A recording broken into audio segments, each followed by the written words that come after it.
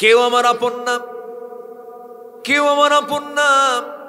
এখানে অনেকের দাদা চলে গেছে, অনেকের দাদি চলে গেছে, বাবা চলে গেছে, মা চলে গেছে। মাঝে মাঝে একটু চোখ বন্ধ করবেন, দাদার কবর জিয়ারা করবেন, বাবার কবরের সামনে গিয়ে একটু দাঁড়াবেন, আত্মীয় স্বজনের কবরের সামনে গিয়ে একটু দাঁড়াবেন। আসসালামু আলাইকুম ইয়া আহলাল কুবুর, সালাম দিয়ে একটু চেষ্টা করবেন, দেখবেন, একটু ভাববেন। আমার বন্ধুগণ, রাসূলকে প্রশ্ন করা হলো, মান আকিয়াসুন নাস ওয়া আহজামুন নাস ইয়া রাসূলুল্লাহ। আমার রাসূল বললেন, সবচেয়ে চালাক লোক তো সেই, ক্বালা আকসারুকুম যিকরান লিল মাউত ওয়া আকসারুহুম ইস্তি'দাদা। ওই লোকটাই সবচেয়ে বেশি চালাক যে মৃত্যুর কথা বারবার স্মরণ করে।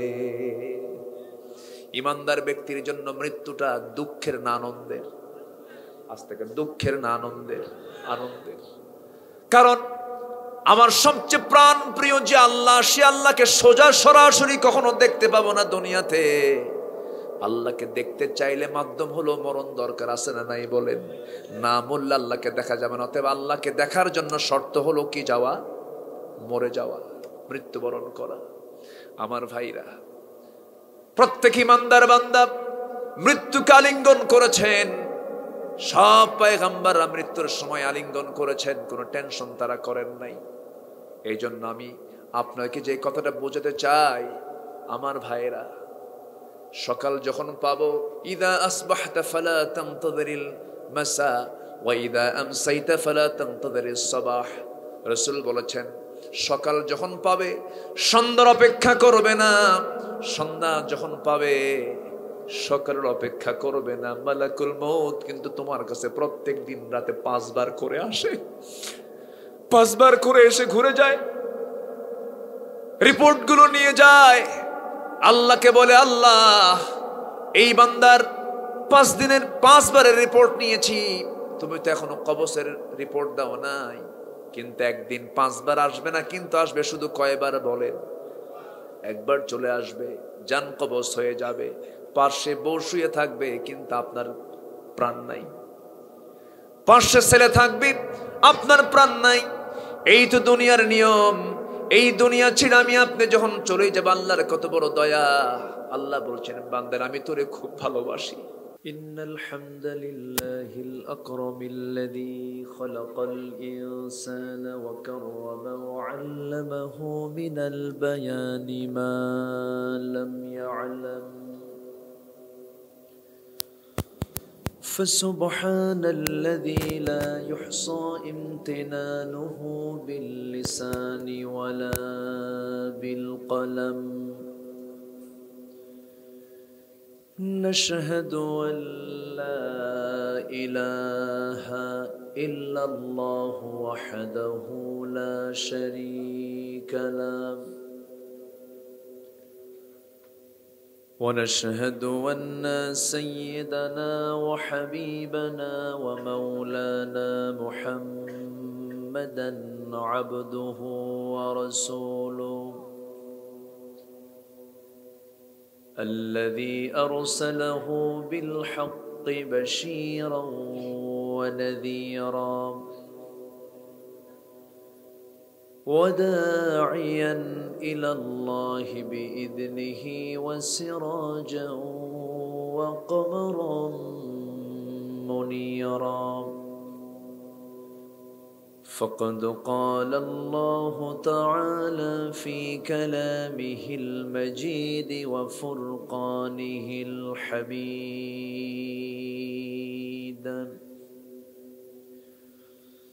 أعوذ بالله من الشيطان الرجيم. بسم الله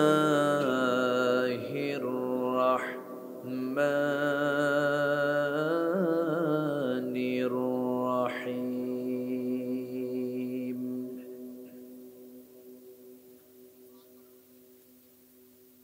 شرع لكم من الدين ما وصى به نوحا الذي أوحينا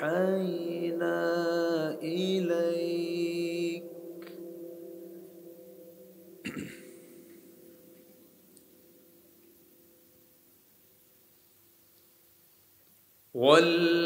والذي أوحينا إليك وما وصينا به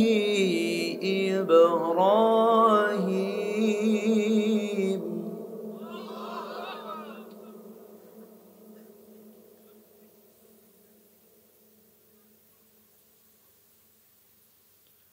وما وصينا به إبراهيم وموسى وعيسى أن أقيموا الدين ولا تتفرقوا فيه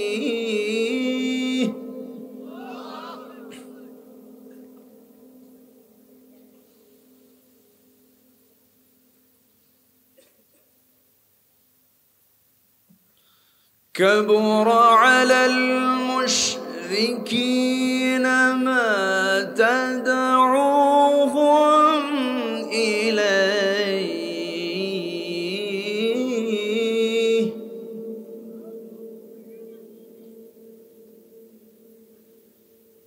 الله يجتبي إليه من يشاء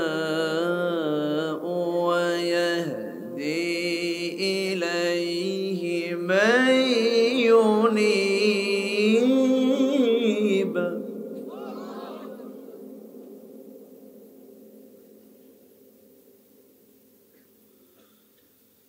الله أكبر بسم الله الرحمن الرحيم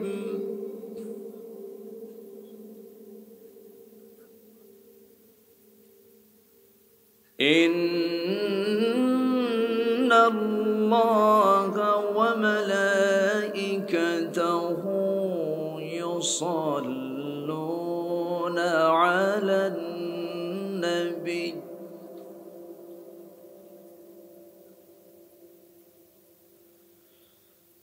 يا أيها الذين آمنوا صلوا عليه وسلموا تسليما اللهم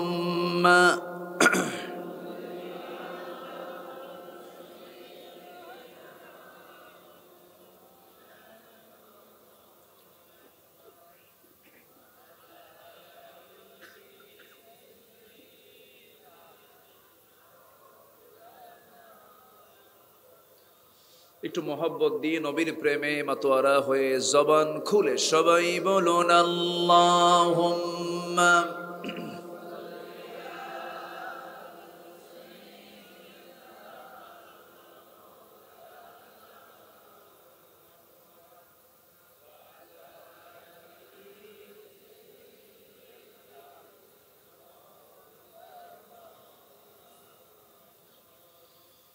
যে মানুষ মানুষের বেদনায় কেঁদেছিলেন জীবন মদিনায় সেই মাটি সেই মানুষ যদি এত সুন্দর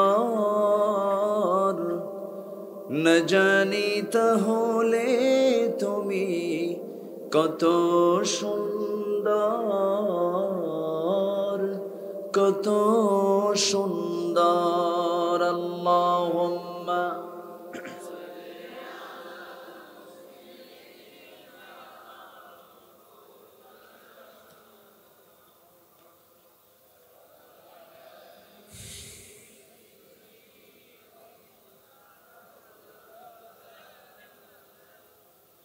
সবাই বলুন বালাগাল উলা বিকামালিহি।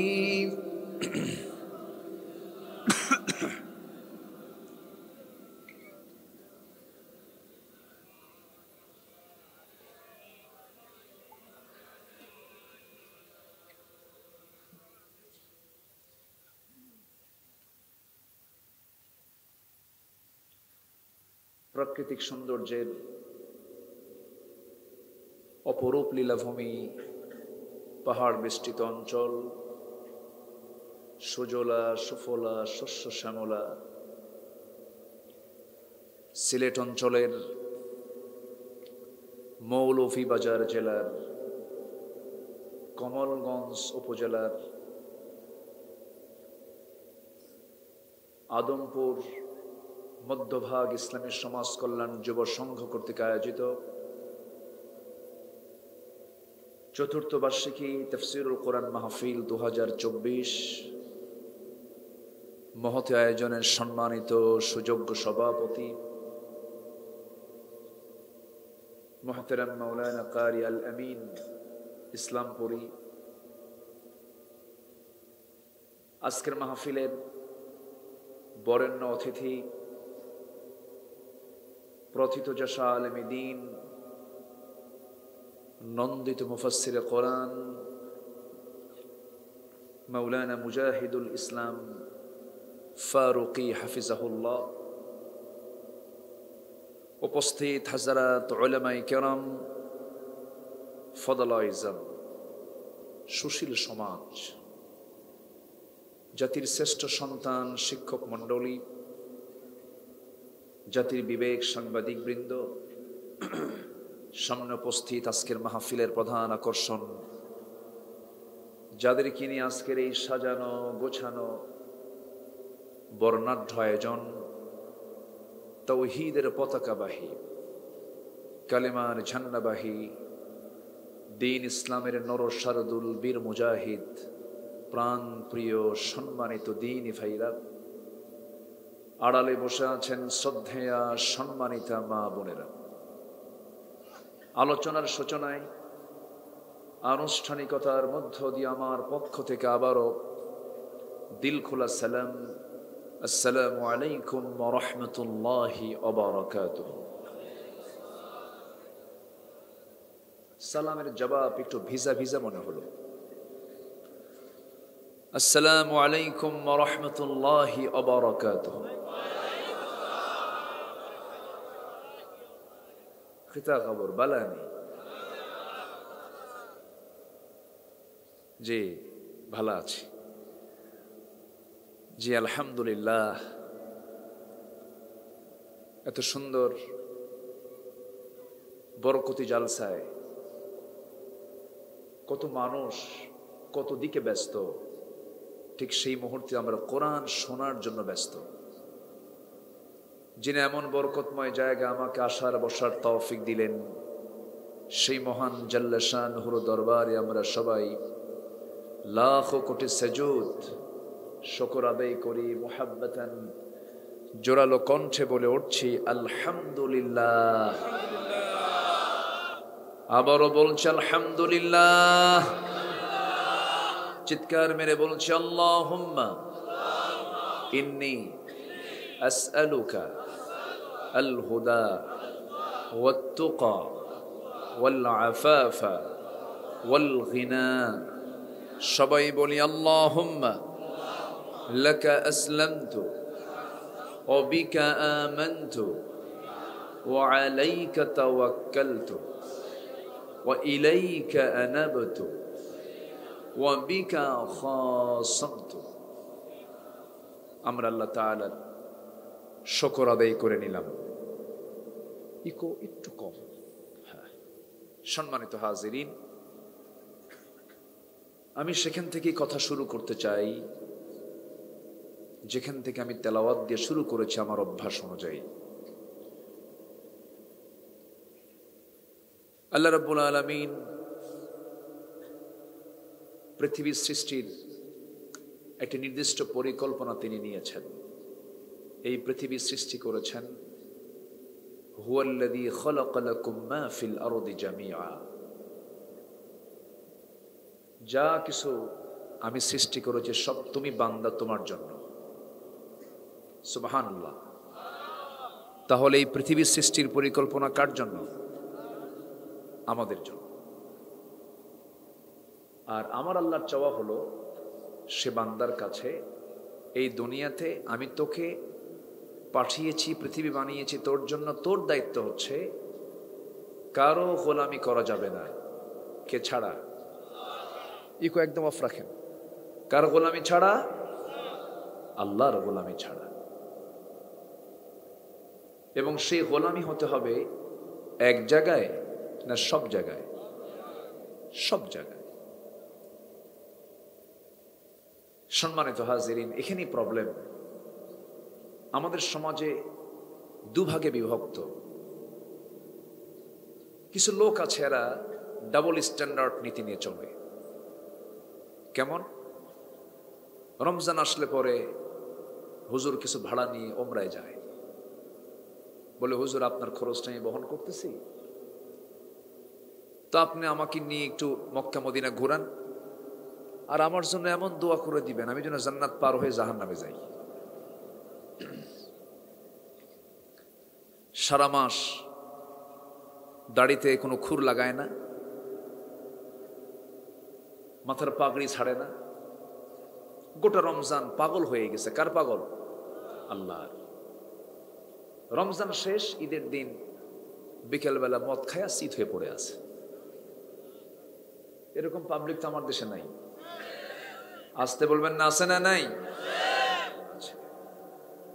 5 স্টার হোটেল কি মৌলভীবাজার আছে? 5 স্টার কাকে বলে? সেখানে মদের বোতল তো নাই। হ্যাঁ, তাহলে 5 স্টার হতে হলে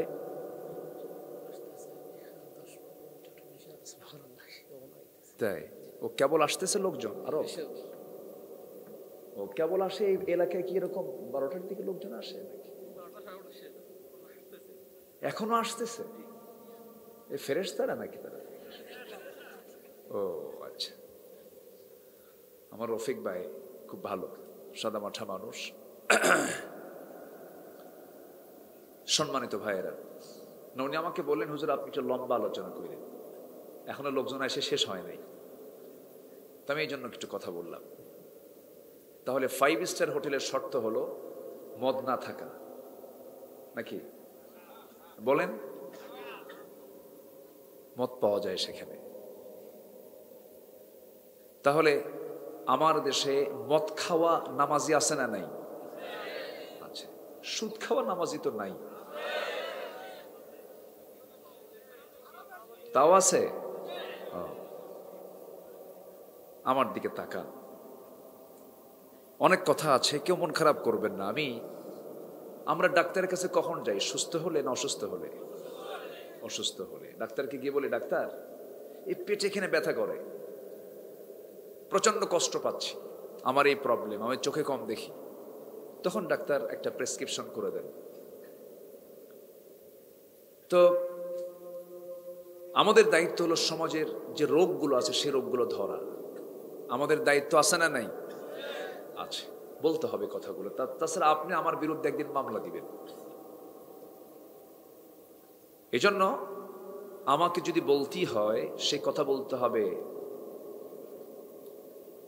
আঁকাবাঁকা কথা না সোজা কথা। জান্নাত কি আঁকাবাঁকা পথে না সোজা পথে?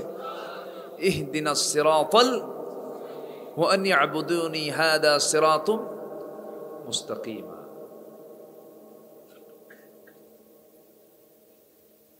আল্লাহ রাব্বুল আলামিন বান্দাকে এমন কিছু আমল করার জন্য বলেছেন, বান্দা সে আমলগুলো করলে পরে বান্দার ভুল আমলগুলো আল্লাহ তাআলা সংশোধন করে দিবেন।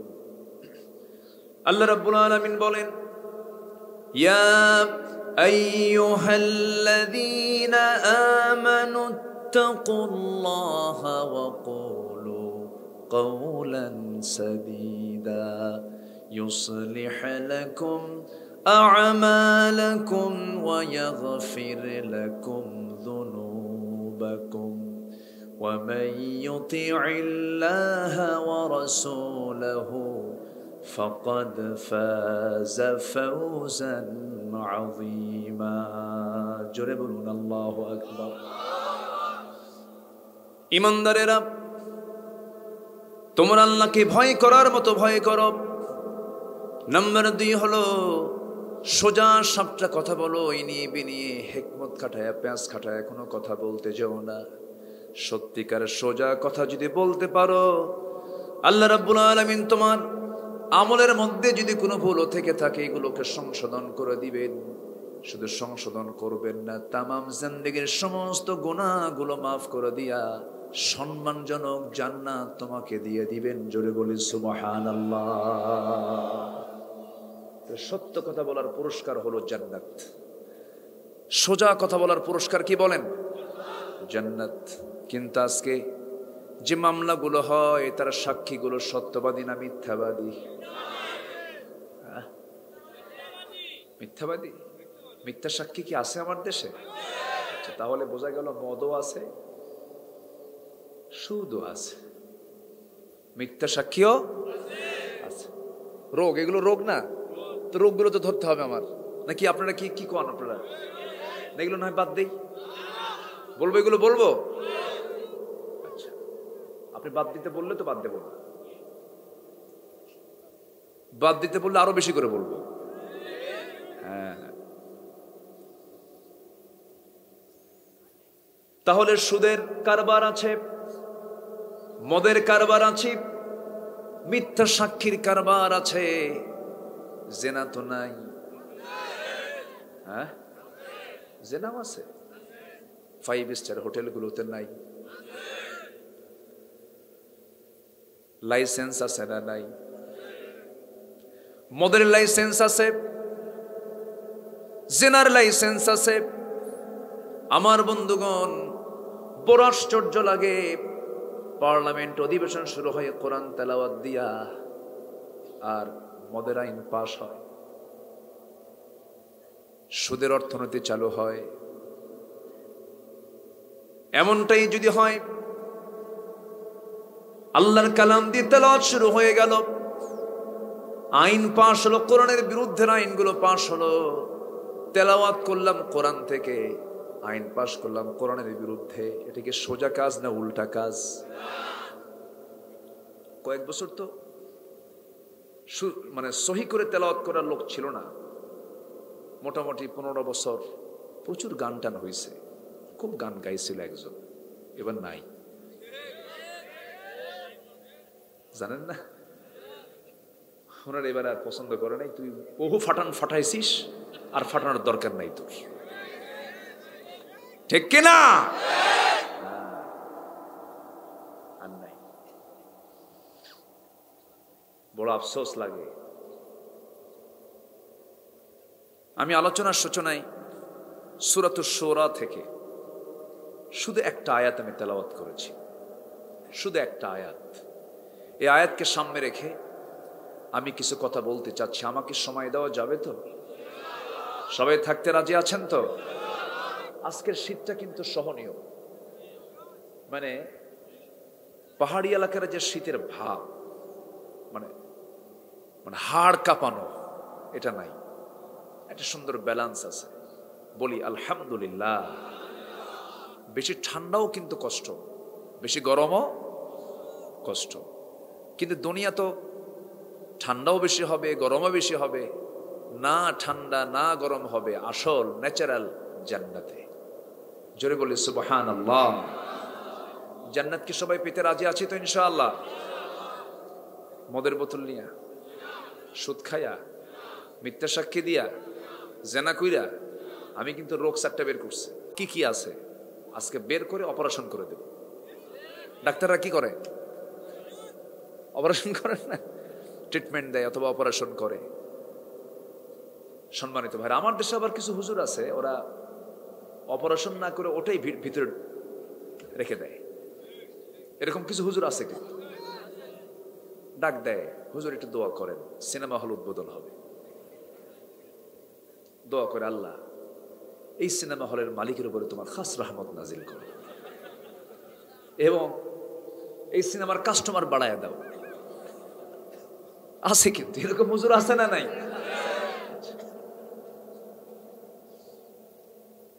আবার এমন পীর সাহেবও আছে, মদের ফ্যাক্টরি উদ্বোধন হবে, হুজুরে দিছে দাওয়াত। হুজুর গিয়ে বলে, এই ফ্যাক্টরিতে যত কর্মকর্তা কর্মচারী আছে সবার কাজের মধ্যে বরকত দাও, প্রোডাকশন বাড়ায়া দাও। এই যে নোংরামিগুলো আমরা লক্ষ্য করছি, দেখতেছি। আল্লাহ রাব্বুল আলামিন বলছেন, ওয়ালা তালবিসুল হাক্কা বিল বাতিল, তোমরা হকের সাথে বাতিলকে মিশ্রণ করো না, দুটোকে এক জায়গায় করলে পরে সব নষ্ট হয়ে যাবে। আল্লাহ রাব্বুল আলামিন সুন্দর করে আরেক জায়গায় বলছেন, তাআওয়ানু আলাল বিররি ওয়াত তাকওয়া ওয়ালা তাআওয়ানু আলাল ইসমি ওয়াল উদওয়ান। জোরে বলুন আল্লাহু আকবার। সামিয়ানা তো ছোট করছেন কেন আপনারা? এই বসার জায়গাটা ছোট হয়ে গেছে। কত কষ্ট পাচ্ছে তারা খোলা আকাশে। কষ্ট পাচ্ছেন না তো আপনারা? আপনাদের কোনো ক্লেম নাই তো, কিন্তু আমি তো কষ্ট পাচ্ছি। এই মেহমান, তারা মেহমান তো, তারা মেহমান না। যারা বসে তারা কি দাওয়াত দিচ্ছেন না? খাবার টাবার দিচ্ছেন তো? খাবার না দিলে তো বসতে দিতে হবে তো। আমি ধমকাচ্ছি কিন্তু কমিটিকে, আপনার পক্ষ নিচ্ছি কিন্তু। কথা বলছেন নাই? একটু বড় করা লাগতো সামিয়ানাটা, কারণ খোলা আকাশে ঠান্ডা লাগার সম্ভাবনা থাকে তো। তবে যারা কষ্ট করে দাঁড়িয়ে আছেন, এটার পুরস্কার কম হবে না বেশি হবে? বেশি হবে। একটু যেখানে আছি কমিটির সাধ্য অনুযায়ী তারা যা আয়োজন করেছেন, কি আবার কি শেষে কি দুর্নাম করে যাবেন নাকি? আবার একটু বললাম যেন তারা আগামীতে যেন এই ভুলটা যেন আর না হয়। আল্লাহ কবুল করুন, সবার চেষ্টাকে আল্লাহ কবুল করুন। জোরে বলি আমিন। সম্মানিত ভাইয়েরা, একটু কান লাগাবেন, মনোযোগ দিয়ে শুনবেন সবাই কথাগুলো। আমার দেশে শুধু না, গোটা দুনিয়া জুড়ে আজকে বৈধ ব্যবসা বেশি না অবৈধ ব্যবসা বেশি? অবৈধ বেশি। অবৈধের স্রোতে বৈধ হেরে যাচ্ছে। এত অবৈধ কারবার। আমি একটা জরিপ দিচ্ছি, শুধু আপনি শুধু কান লাগা শুনবেন। সে জরিপটা হলো, পৃথিবীতে মাদক ব্যবসা বিশ্বব্যাপী বছরে তার মূল্য হলো $321 বিলিয়ন। মদ বিক্রি বিশ্বব্যাপী বছরে এর পরিমাণ হলো $1600 বিলিয়ন। অস্ত্র ব্যবসা অবৈধভাবে গোটা দুনিয়াতে পৃথিবীব্যাপী বছরে $100 বিলিয়ন। পতিতা ব্যবসা, জেনার কারবার গোটা পৃথিবীতে বার্ষিক প্রায় $400 বিলিয়ন। জুয়া, ক্যাসিনো আছে না নাই? এগুলোর কারবার বছরে $110 বিলিয়ন। এরপর computer games, free fire, PUBG. কিছু কয় না? এই যুবকরা, হ্যাঁ, এগুলোর কারবার বছরে হলো $54 বিলিয়ন। এই বৈশ্বিক এই সকল মাদক, এরপর অস্ত্র, পতিতা, জুয়া, সোনা কারবারি, চোরা কারবারি, কম্পিউটার গেমস, টোটাল বাণিজ্যের বার্ষিক বাজার মূল্য হলো $2685 বিলিয়ন। নাউজুবিল্লাহ বলবেন না? তাহলে এগুলো কারবার যারা করছে, বলেন তো তারা কি কখনো ইসলাম চায়? আসতে বলে ইসলাম চায়? ইসলাম চাইলে এগুলো করতো? তাহলে এরা তো ইসলাম চায় না, আমরা কি চাই? আমরা কি চাই? লক্ষণ তো নাই। কই চাইলাম আমরা? চাইলে তো চলে আসতো। শোনেন, আমরা তৃপ্তির ঢেকুর তুলি, নামাজ তো পড়তেছি, রোজা তো রাখতেছি, হস্ত করতেছি, দান সদগাও করতেছি, মাদ্রাসা বানাচ্ছি, জান্নাত পাবো না কেন চিন্তা করছি। কিন্তু না, জান্নাত পেতে হলে সবার আগে আমার ইমান হুমকির সম্মুখীন নয় এমন জাতীয় কাজ আমাকে করতে হবে। যেটা ইমান হুমকির সম্মুখীন এমন কোনো কাজ করা যাবে। আমরা কিন্তু মূল কাজে নাই, আমরা অতিরিক্ত কাজ নিয়ে ব্যস্ত বেশি। যেমন এক বেচারি সারা জীবন পাগড়ি পড়ে, নামাজ পড়ে, পাগড়ি ছাড়া নামাজ পড়বে না সে। তো বিশাল বড় একটা জমির মাঠের মাঝখানে তার জমি, ধান লাগাতে গেছে। দুপুরবেলা আজান, বাড়িতে আসলে অনেক সময় লেগে যাবে আসা যাওয়া, আবার যদি বাড়িতে আসে তাহলে বাকি কাজগুলো হবে না। তো ভাবলো নামাজটা এখানেই পড়ি, কিন্তু সে আর পাগড়ি নিয়ে যায় নাই। তো পাগড়ি ছাড়া তো সে নামাজ পড়বে না। উজু বানায় নামাজে দাঁড়ানোর সময় দেখে পাগড়ি নাই, লুঙ্গি খুলে পাগড়ি বানাইছে, লুঙ্গি খুলে পাগড়ি বানাইছে। বলেন তো লুঙ্গি আগে দরকার না পাগড়ি আগে দরকার? মানে কি আগে দরকার? কূপের মধ্যে বিড়াল পড়ে আছে, মরে গেছে, আগে বিড়াল তোলা দরকার না আগে পানি তোলা দরকার? বলেন কি তোলা দরকার? বিড়াল পড়ে মারা গেল, ওই পচা গন্ধময় দুর্গন্ধময় বিড়ালটা আগে তুলে এরপর পানি তুলতে হবে। সম্মানিত ভাইয়েরা, আজকের সমাজে পচা দুর্গন্ধময় নাপাক জিনিস আছে না নাই? আছে না নাই? পানি তুলে লাভ কি? বলেন, কথা কি বুঝতেছেন আপনারা? আমার কথাটার ধরন আমরা কি কষ্ট হচ্ছে না তো আপনাদের? লাভটা কি বলেন? এই জন্য আল্লাহ রাব্বুল আলামিন ঈমান পরে আনতে বলেছেন, আগে কাফের হতে বলেছেন। হয়তো বলবেন হুজুর এত বড় শক্ত কথা বললেন, কাফের কিসের হব? আল্লাহ রাব্বুল আলামিন বলেন, ফামাইয়াকফুর বিত্তাগুত ওয়া ইউমিন বিল্লাহি ফাকাদ ইসতামসাকা বিল উরওয়াতিল বুসকা লা ফিসামা লাহা। জোরে বলুন আল্লাহু আকবার। তাগুতের যে কাফির হবে এবং ঈমান যারা আনবে আল্লাহর উপরে, আগে তাগুতকে পরিহার করতে হবে। আমার বন্ধুগণ, তাগুতের অনুকূল কাজ হলো মদের কারবার করা, জেনার কারবার করা, সুদের কারবার করা, মিথ্যা সাক্ষী দেওয়া। এগুলো হলো তাগুতের প্রোডাকশন। কিসের প্রোডাকশন বলেন? তাগুতের প্রোডাকশন। এই কাজগুলো আপনি মাথায় নিয়ে এগুলো করবেন, নামাজও পড়বেন, রোজাও রাখবেন, তা হবে না। আমার আপনার টার্গেট হতে হবে সমাজ থেকে সমস্ত খারাপ কাজগুলো কেমনে দূর করা যায়। এমন মিশনে নেমেছিলেন মুহাম্মদুর রাসূলুল্লাহ। নামেন নাই? সমাজ থেকে কি মদ দূর করেন নাই? সুদ দূর করেন নাই? জেনা দূর করেন নাই? করেছেন। তাহলে আমার নবীর দাওয়াতের ফলাফল হলো, আমার নবীজির সংগ্রামের ফলাফল হলো, ওই সমাজে সুদ বন্ধ হয়ে গেছে, জেনা বন্ধ হয়ে গেছে, মদের বোতল বন্ধ হয়ে গেছে, সব আকাম কুকাম বন্ধ হয়ে গেছে। সেখানে আল্লাহ তাআলা রাসূলকে পাঠিয়েছেন, সেই রাসূল সব অন্যায়গুলোকে বন্ধ করলেন, শুধুমাত্র দোয়া দিয়া না সংগ্রাম করে। বলেন দোয়া দিয়া না সংগ্রাম করে? দোয়াও দরকার, জিহাদও দরকার। একটু কান লাগাবেন, মূল আলোচনার দিকে আস্তে আস্তে চলে যাচ্ছে। আল্লাহ রাব্বুল আলামিন সূরাতুশ শূরার ভিতরে সুন্দর করে বলেছে, সূরা মানে হলো পার্লামেন্ট। সূরা মানে কি? পার্লামেন্ট। তাহলে চিন্তা করেন, একটা সূরার নামে পার্লামেন্ট। সূরা কার নামে? পার্লামেন্টের নামে, পরামর্শ সভা, সূরা। দল নামে সূরা আছে, সূরাতুল আহজাব, দল। দলও আছে, পার্লামেন্টও আছে। রাজনীতি ইসলামে নাই তো? আসতে পারে। রাজনীতি ইসলামে আছে না নাই? আচ্ছা বলেন তো, রাজনীতি কি পেশা না সেবা? বলেন, রাজনীতি কি পেশা না সেবা? কিন্তু আমার দেশে কি? কইলে তো দোষ হয়ে যায়, তাই না? আচ্ছা, আমার দেশের কি কোনো প্রবাসী দেশকে ক্ষতি করেছে? আসতে বলে, আমার দেশের প্রবাসী কি দেশের কোনো ক্ষতি করছে?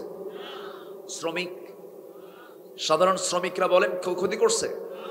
আচ্ছা, কৃষক, মজুর, আমার দেশের কোন কৃষক, মজুর, শ্রমিক, প্রবাসী তারা অশিক্ষিত দেশকে পিছিয়ে দিয়েছে না এগিয়ে দিয়েছে? এগিয়ে দিয়েছে। আর দেশকে পিছিয়ে দিল কারা? বলেন বলেন। দেশকে পিছিয়ে দিল তারাই যারা শিক্ষিত নামের কলঙ্ক কলমের খোঁজা দিয়ে দেশ থেকে যারা টাকা পাচার করে। আছে না নাই? আছে। কেন জানেন? বোতল খায়। বোতল কি খায়? বোতল খেলে কি মাথা ঠিক থাকে? বোতল আছে যেখানে জেনা আছে সেখানে। বোতলের সঙ্গে জেনার সম্পর্ক, জেনার সাথে খুনের সম্পর্ক। কোন এক আল্লাহওয়ালা শহরে বসবাস করেন, সেই শহরে একজন খারাপ নারীর বসবাস। সেই পতিতা নারীর প্ল্যান হলো, হাজারো পুরুষের যৌবন নষ্ট করে দিয়েছি, এই আল্লাহওয়ালাকে টার্গেট করলাম।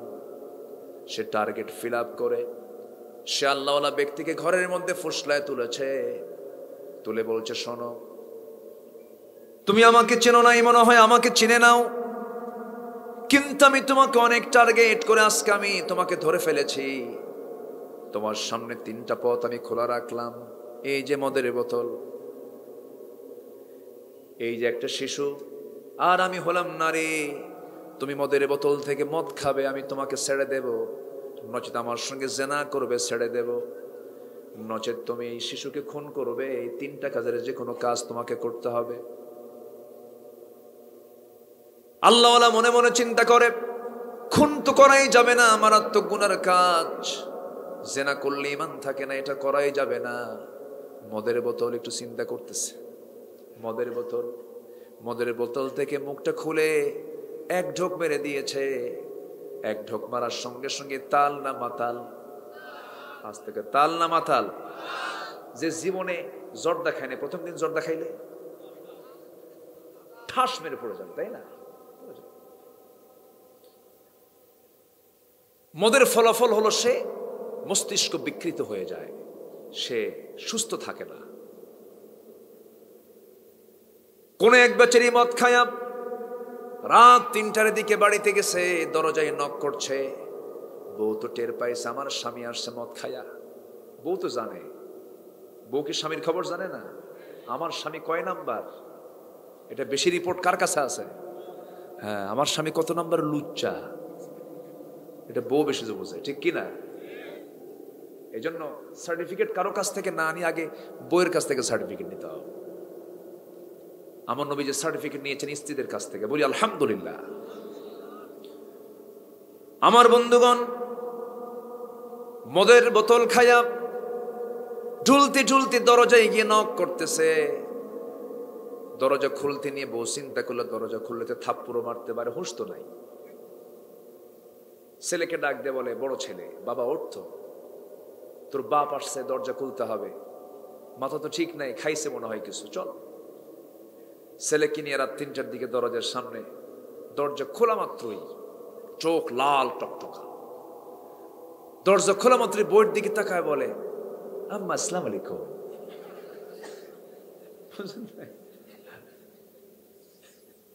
বউ কয়, হাইরে আমার পোড়া কপাল, স্বামীর মুখে মায়ের ডাক, তোমার কি একটু হুঁশ হলো না? একটা যুবক ছেলের সামনে দাঁড়ানো, তার সামনে আমার মা কো। ছেলের দিকে তাকায় বলে, দুলা ভাই আসসালামু আলাইকুম। বুঝলেন না গন্ডগোল কোথায়? Head office. গন্ডগোল কোথায়? কি খাইছে?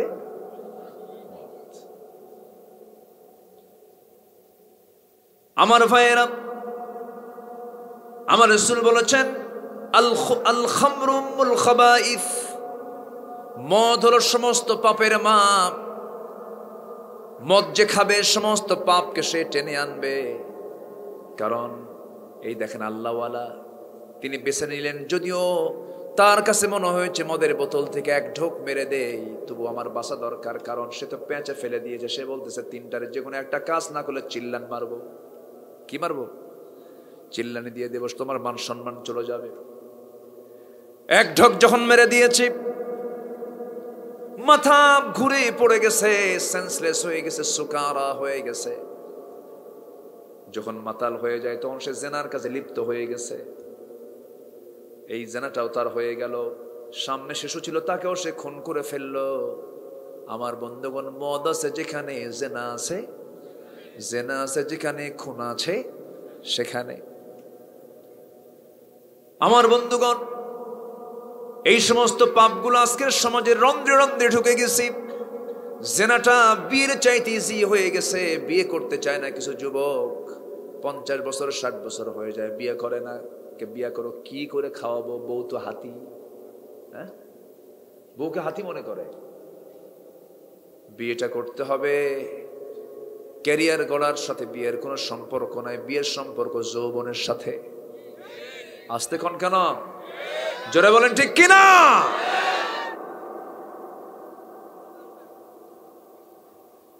খিতা কয়, খিতা মাতলা রে বা, ও মোবাইলে মাতলা। আচ্ছা শোনেন, আপনারা যা বলেন আমি বুঝি, কিন্তু বলতে গেলে ধরা খেয়ে যাই, পারি না।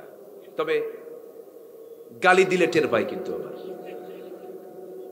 জি, একটু থামুন। মোবাইল তো একটা বেকায়দা। রাত 3টার দিকে, অনেকদিন আগে রাত 3টার দিকে আমার ফোন দিছে একজন। ফোন দিয়ে বলে, হুজুর একটু দোয়া করবেন আমার জন্য। তো বললাম, এত রাতে? হুজুর সহ্য করতে পারলাম না, একটু খাস করে দোয়া চাই। কিন্তু 3টার দিকে ঘুম অবস্থায় ওটা কি দোয়া হয়? না, বদ্ধ দেই নাই। এই হয় মোবাইল। আরেকদিন আরেক রাতে আমার বউ পাশে শোয়া, একটা ফোন আসলো। ফোনে সেই দেখি যে মহিলার আওয়াজ। বলছে, হ্যাঁ তুমি কেমন আছো? আমি তো কামসারা। তো বললাম, আপনি কে? তুমি আমার সঙ্গে এরকম ভান করছো কেন? আমি তার অবাক। তো বললাম, না আপনি কি ভুল করছেন কোথাও? না না, তুমি আমার সঙ্গে এরকম করে কথা বলছো, তোমার কি একটু মায়া হলো না? আমি আরো বেকায়দায় পড়ে গেলাম। এদিকে পাশে বউ, তো হেড অফিস, একদম সুপার ক্লাস দারোগা। ও যদি জানে মহিলার আওয়াজ, তাহলে তোমার 3 দিন কথা চলবে না। পরে আমি বললাম, মনে হয় কোথাও ভুল করেছেন আপনি, আমি অমক। ও সরি। এই হলো মোবাইল, বুঝেন নাই? মোবাইল যে কত পরিবারের সংসার আগুন ধরায় দিচ্ছে আল্লাহ জানে, ঠিক কিনা? সাবধান যুবকরা, খুব সতর্ক নিয়ে থাকবে এগুলো বিষয়ে। মাস্টারবেশন করবা না, ফ্রন্টাল সেল নষ্ট হয়ে যাবে। এরপর পর্নোগ্রাফি দেখবে না, শুক্র নষ্ট হয়ে যাবে, যৌবন হারিয়ে ফেলবে, বাবা হওয়ার যোগ্যতা হারিয়ে ফেলবে। এগুলো করবা না। খারাপ লাগবে, সেজদায় যাবা। সেজদায় অনেক তৃপ্তি, অনেক মজা। বলি আলহামদুলিল্লাহ, জোরে বলি আলহামদুলিল্লাহ। আমার কি এগুলো কথা বলার দরকার আছে না? আসতে বলবেন না, আছে না? নাই আছে। সন্তানদের সঙ্গে খোলামেলা কথা বলা উচিত। ধ্বংস হয়ে যাচ্ছে আজকে যুব সমাজ। একটু কান লাগাবেন। নামাজ পড়লে পরে ব্যক্তিগত কাজ আদায় হয়ে গেল, কিন্তু নামাজ কায়েম সমাজে যদি চালু হয়ে যায়, ব্যক্তিগতভাবে নয়, নামাজ রাষ্ট্রীয় পর্যায়ে কায়েম হলে পরে সেই সমাজের সমস্ত অন্যায় দূর হয়ে যাবে। নামাজ ব্যক্তিগত জীবন আদায় করলাম, নামাজ আদায়ের মধ্য দিয়ে সমাজ থেকে মদ বন্ধ হবে না, জেনা বন্ধ হবে না, সুদ বন্ধ হবে না, মিথ্যা সাক্ষী বন্ধ হবে না। কিন্তু নামাজ যদি সমাজে চালু হয়ে যায়, কায়েম হয়ে যায়, সেই সমাজে কখনো সুদের কারবার থাকতে পারে না। এই জন্য দিন কায়েমের সংগ্রাম করার দরকার আছে না নাই? আসতে বলবেন না, আছে না নাই? একটু মনোযোগ দিয়ে কথাগুলো শুনবেন। আপনারা আমাকে তুলতে একটু দেরি করছেন, কিন্তু ঠিক আছে না? আপনারা কি কষ্ট পাচ্ছেন? থাকবেন সবাই? কোনো সমস্যা নাই তো? আমি চাইছি একটু একটু আগে উঠতে, তো খাওয়া দাওয়া করে বসে আছি। তো কখন হুজুর একটু 10 মিনিট, এই 15 মিনিট, এই করতে করতে আমি যদি আরো আধা ঘন্টা 40 মিনিট আগে আসতাম অনেক ভালো হতো। কিন্তু উঠতে একটু দেরি হলো। ঘড়ি তো খুব ঘুরতেছে আজকে, খুব জোরে জোরে সময় চলে যাচ্ছে। আমি আপনাদেরকে আজকে যে আইডিয়াটা দেব, সে আইডিয়াটা হলো আমরা যেন এমন একটা কাজ করতে পারি যে কাজ বাস্তবায়ন হলে পরে সব রোগ সেরে যাবে, সমাজের কোনো রোগ থাকবে না। সেটা কি জানেন? সব কিছুর আগে সমাজে কায়েম করতে হবে কার দিন? আসতে বলবেন না কার? যত বড় আলেম হোক না কেন, রাস্তায় যখন সে গাড়িতে চড়ে নিয়ম মেনে চলে কার? বলেন। আল্লাহর আইন যদি সে মেনে চলতে চায় তাহলে তাকে গাড়ি চালাতে হবে ডান দিকে। কি কোন দিকে? আমরা চলি কোন দিকে? তাহলে এখন বলেন আমরা আইন মানি কার? আল্লাহর না সরকারের? বলেন কার? কার?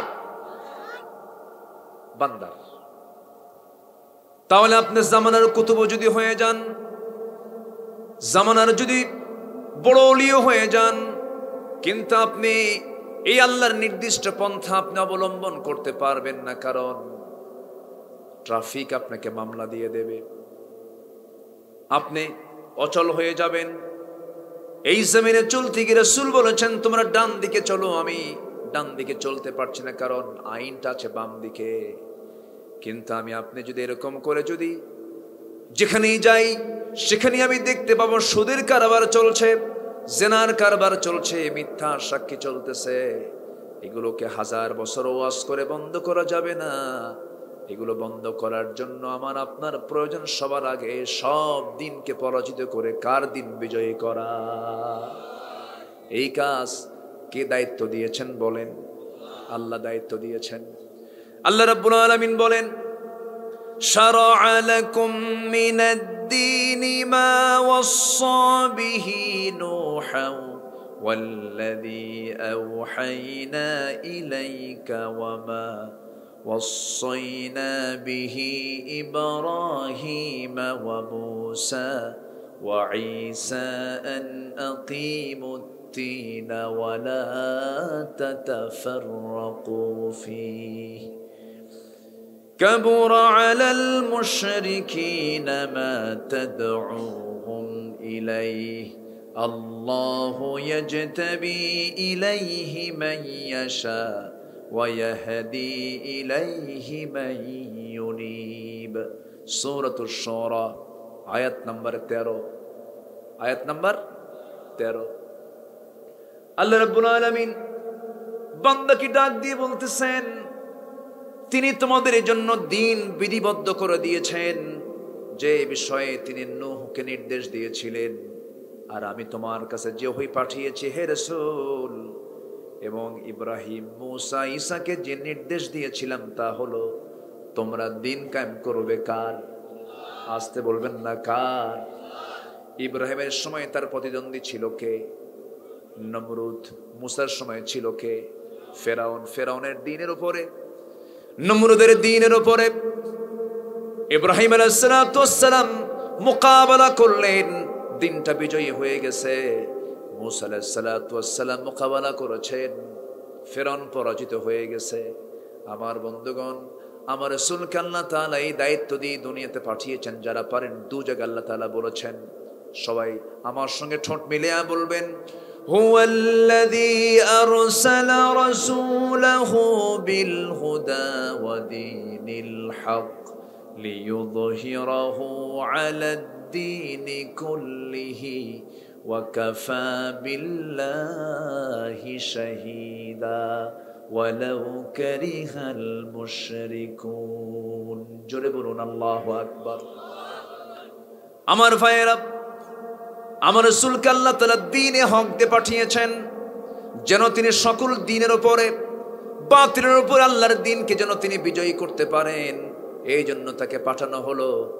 আমার ভাইয়েরা, এই কাজের আঞ্জাম যখন আপনি দিতে যাবেন, আপনাকে গালি শুনতে হবে জঙ্গি, মৌলবাদী, কট্টরপন্থী, ধর্মান্ধ।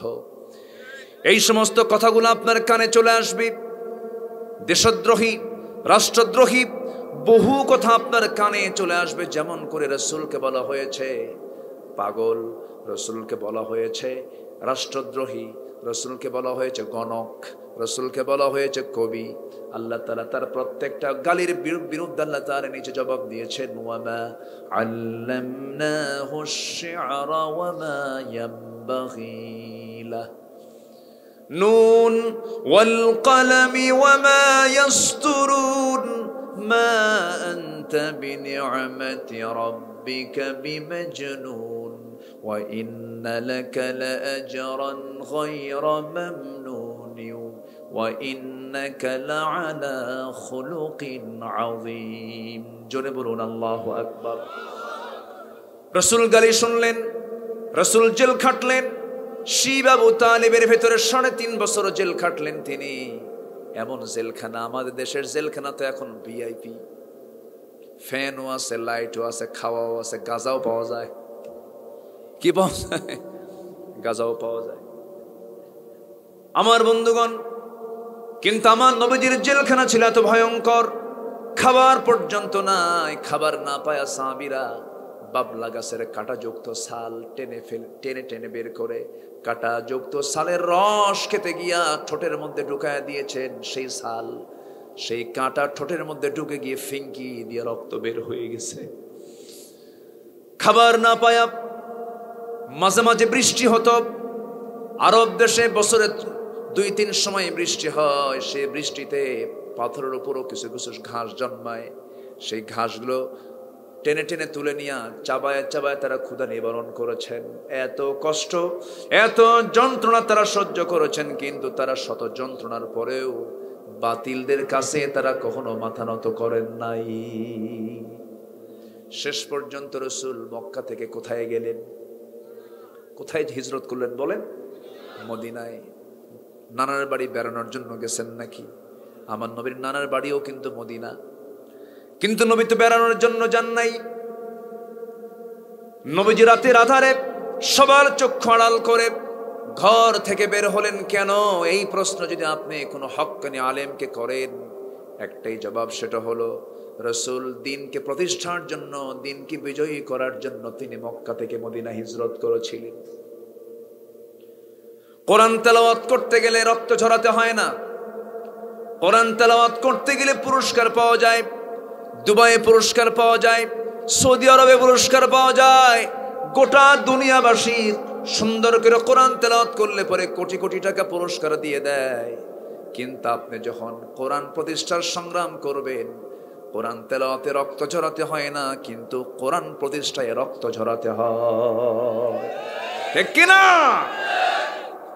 কোরআন প্রতিষ্ঠায় রক্ত ঝরিয়েছেন এমন বীর পুরুষ আমার দেশেও আছে না নাই? আপোষ করছেন না তারা। এমন কিছু লোকও আছেন আপোষ করছেন না। 13টা বছর মানবতর জীবন যাপন করে শেষ পর্যন্ত তিনি পাখিটা খাঁচা থেকে মুক্ত হয়ে আল্লাহর কাছে চলে গেছেন।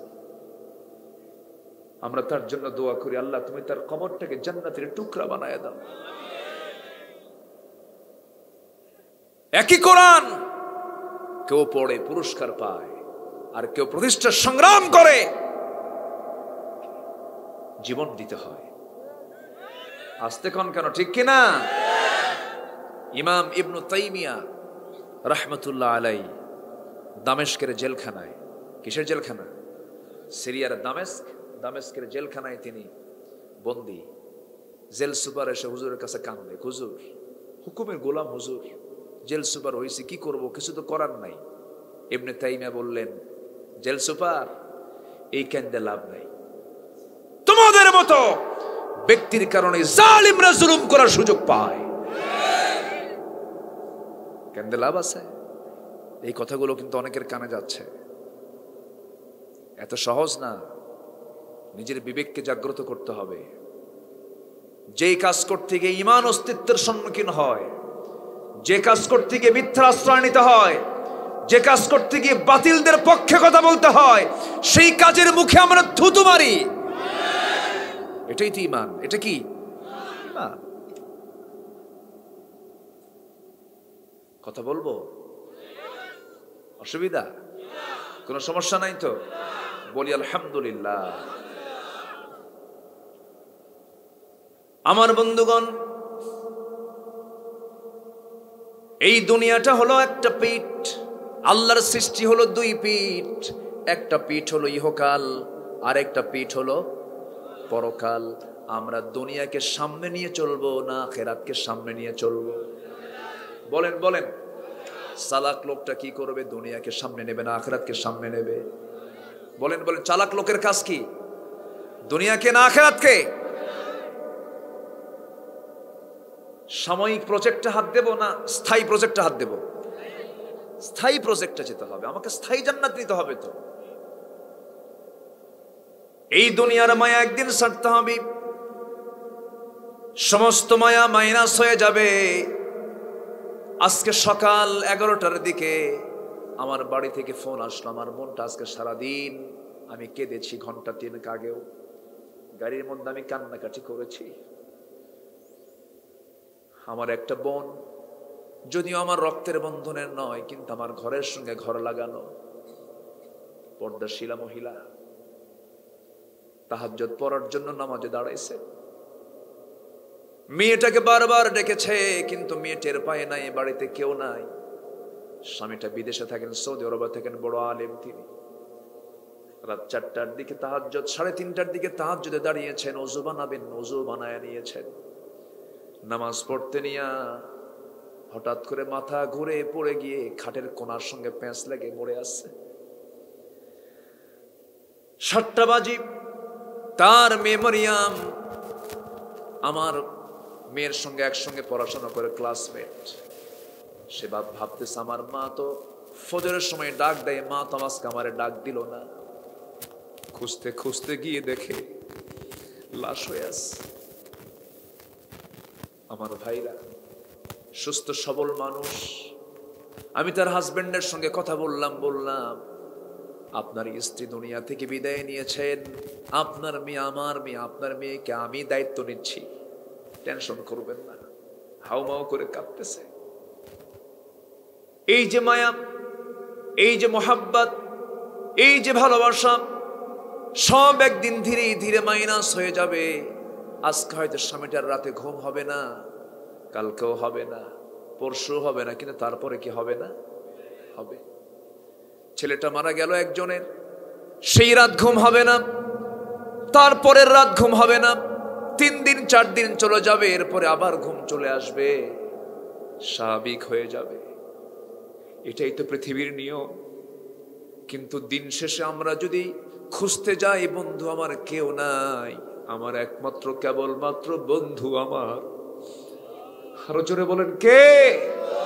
আল্লাহ। আল্লাহ আমার বন্ধু।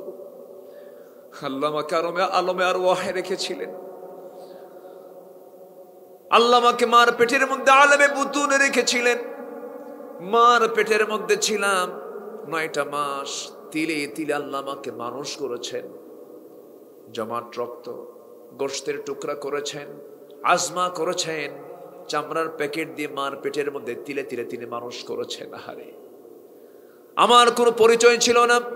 হাল আতা আলাল ইনসানি হিনুম মিনাদ দাহরি লাম ইয়াকুন শাইআন মাযকুরা। তোমার কেমন সময় যায় নাই যে সময় তুমি উল্লেখযোগ্য, তোমার কোনো পরিচয় ছিল না, কেউ তোমাকে চিনতো না, জানতো না। আমি তোমাকে অস্তিত্ব দিয়েছি, আমি তোমাকে কি সুন্দর করে বানাইছি রে বান্দা। সবাইকে ভুলে যাস, ভুলে যা, কিন্তু বান্দা তুই আমাকে ভুলবি না রে বান্দা। আল্লাহ বান্দাকে এত ভালোবাসেন। পৃথিবীতে একজন আর একজনকে রেখে চলে যেতে পারে, কিন্তু আল্লাহ বান্দাকে রেখে যেতে পারেন না। বান্দা যদি কোনো মতে একটা বার লাইনে আসে, একটা পা যদি বাড়ায় দেয়, আল্লাহ তার দিকে লাইনে এসে 10 পা আগায় আসে। বান্দা যখন হেঁটে হেঁটে আসে, আল্লাহ তার দিকে দৌড়া দৌড়ে আসেন। এই যে 12টা বেজে যাবি, প্রথম আকাশে আল্লাহ চলে আসেন, এসে বলেন আলা মিন মুস্তাগফিরিন ফাগফির আলা, কোন ক্ষমা প্রার্থী আছো আমার কাছে ক্ষমা চাও, আমি তোর সমস্ত গুনাহগুলোরে মাফ করে দেব। মাফ করার জন্য কে আছেন? আসতে বলবেন না, কে আছেন? আল্লাহ আছেন। আল্লাহ যখন দেখেন বান্দা সেজদা দেয়, ফেরেশতাদেরকে ডাক দেন, ও ফেরেশতারা শোনো, দেখো বান্দা আমারে দেখছে নাকি না, জান্নাত দেখছে নাকি না, রাসূলকে দেখছে নাকি না, কোরআনকে বিশ্বাস করে। ও ফেরেশতারা কেমন করে আমার বান্দাগুলো সেজদা দেয়, আমার সামনে কেমন করে আমাকে খুশি করার জন্য চেষ্টা করে। এই সমস্ত বান্দার তামাম জিন্দেগীর সমস্ত গুনাহগুলোকে মাফ করে দিয়া জান্নাতের ফয়সালা আমি আল্লাহ করে দিলাম। এই জন্য সবার সঙ্গে আমরা সম্পর্ক গড়ার আগে সম্পর্ক গড়বো আগে কার সাথে? আসতে বলবেন না, কার সাথে? আল্লাহর সাথে সম্পর্ক গড়বো আমরা। কেউ আমার আপন না, কেউ আমার আপন না। এখানে অনেকের দাদা চলে গেছে, অনেকের দাদি চলে গেছে, বাবা চলে গেছে, মা চলে গেছে। মাঝে মাঝে একটু চোখ বন্ধ করবেন, দাদার কবর জিয়ারা করবেন, বাবার কবরের সামনে গিয়ে একটু দাঁড়াবেন, আত্মীয় স্বজনের কবরের সামনে গিয়ে একটু দাঁড়াবেন। আসসালামু আলাইকুম ইয়া আহলাল কুবুর, সালাম দিয়ে একটু চেষ্টা করবেন, দেখবেন, একটু ভাববেন। আমার বন্ধুগণ, রাসূলকে প্রশ্ন করা হলো, মান আকিয়াসুন নাস ওয়া আহজামুন নাস ইয়া রাসূলুল্লাহ। আমার রাসূল বললেন, সবচেয়ে চালাক লোক তো সেই, ক্বালা আকসারুকুম যিকরান লিল মাউত ওয়া আকসারুহুম ইস্তি'দাদা। ওই লোকটাই সবচেয়ে বেশি চালাক যে মৃত্যুর কথা বারবার স্মরণ করে। ইমানদার ব্যক্তির জন্য মৃত্যুটা দুঃখের না আনন্দের? আজ থেকে দুঃখের না আনন্দের? আনন্দের। কারণ আমার সবচেয়ে প্রাণ প্রিয় যে আল্লাহ, সে আল্লাহকে সোজা সরাসরি কখনো দেখতে পাবো না দুনিয়াতে। আল্লাহকে দেখতে চাইলে মাধ্যম হলো মরণ দরকার, আছে না নাই বলেন? না মরলে আল্লাহকে দেখা যাবে না। অতএব আল্লাহকে দেখার জন্য শর্ত হলো কি? যাওয়া, মরে যাওয়া, মৃত্যুবরণ করা। আমার ভাইরা, প্রত্যেক ইমানদার বান্দা মৃত্যুকে আলিঙ্গন করেছেন। সব পয়গম্বররা মৃত্যুর সময় আলিঙ্গন করেছেন, কোনো টেনশন তারা করেন নাই। এই জন্য আমি আপনাকে যে কথাটা বোঝাতে চাই, আমার ভাইরা, সকাল যখন পাবো, ইদা আসবাহতা ফালা তানতাযিরিল মাসা ওয়া ইদা আমসাইতা ফালা তানতাযিরিস সাবাহ। রাসূল বলেছেন, সকাল যখন পাবে সন্ধ্যার অপেক্ষা করবে না, সন্ধ্যা যখন পাবে সকালের অপেক্ষা করবে না। মালাকুল মউত কিন্তু তোমার কাছে প্রত্যেক দিন রাতে 5 বার করে আসে, 5 বার করে এসে ঘুরে যায়, রিপোর্ট গুলো নিয়ে যায়। আল্লাহকে বলে, আল্লাহ এই বান্দার 5 দিনের 5 বারের রিপোর্ট নিয়েছি, তুমি তো এখনো কবজের রিপোর্ট দাও নাই। কিন্তু একদিন 5 বার আসবে না, কিন্তু আসবে শুধু কয়বার বলেন? একবার চলে আসবে, জান কবজ হয়ে যাবে, পার্শ্বে বউ শুয়ে থাকবে, কিন্তু আপনার প্রাণ নাই। পার্শ্বে ছেলে থাকবে, আপনার প্রাণ নাই। এই তো দুনিয়ার নিয়ম। এই দুনিয়া ছেড়ে আমি আপনি যখন চলে যাব, আল্লাহর কত বড় দয়া। আল্লাহ বলছেন, বান্দার আমি তোরে খুব ভালোবাসি, খুব ভালোবাসি বান্দা। ওয়ালা তামুতুন্না ইল্লা ওয়া আনতুম মুসলিমুন। মুসলমান না হয়ে মরো না, মুসলমান না হয়ে মরো না, মুসলমান না হয়ে মরো না। দুনিয়াতে ভালো ভালো বন্ধু তালাশ করবা, সঙ্গ ভালো ভালো নিবা, খারাপ কোনো সঙ্গের সঙ্গে চলবা না, অসৎ সঙ্গের সঙ্গে চলবা না, ভালো সঙ্গ নিয়ে চলতে হবে তোমাকে। দুনিয়াতে যদি কারো ভালো বন্ধু থাকে, হাসরের ময়দানে সে কাজে আসবে, হাসরের ময়দানে সে বড় নাজাতের কারণ হয়ে যাবে। সেই দিন যে সমস্ত বান্দাকে জান্নাত দেবেন, সেই দিন ওই সমস্ত বান্দাকে আল্লাহ আড়ালে ডাক দেবেন, আড়ালে ডাক দিয়ে বলবেন, ও বান্দা তুই তো একা একা জান্নাতে যাচ্ছিস, যাও। তোর দুনিয়ার জিন্দেগিতে কোনো বন্ধু বান্ধব ছিল নাকি? হ্যাঁ ছিল। আল্লাহ বলবেন, যারে যা, আজকে শুধু তোকে আমি একা জান্নাত দিলাম না, তোর যে বন্ধু বান্ধব গুলো আছে তাদেরকে সহ তুই নিয়ে জান্নাতে চলে যা। জোরে কর সুবহানাল্লাহ। তার ভালো বন্ধুর দাম আছে না নাই? সম্পর্ক করব তার সাথে, যার সঙ্গে হাসর নাসর হবে, যার সঙ্গে হাসর নাসর হবে, তার সঙ্গে বন্ধুত্ব তৈরি করব আমরা। সেই নেতৃত্বের পেছনে যাব না যে নেতৃত্বে নামাজ নাই, যে নেতৃত্বে দিন নাই, যে নেতৃত্বে নেতা তোমার হাতে ইয়াবা তুলে দেবে, মদের বোতল তুলে দেবে, গাজার কলকি তুলে দেবে, নারী তুলে দেবে, মদ তুলে দেবে, নামাজের কথা বলবে না।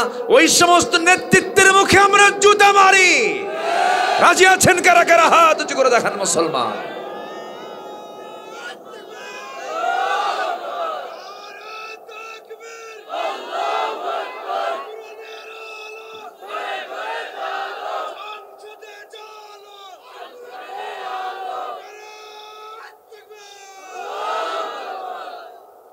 আল্লাহ তুমি সবার হাতকে কবুল করো।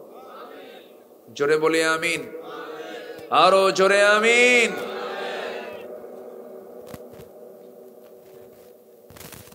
ও আচ্ছা, চলে যাচ্ছেন নাকি মুরব্বী?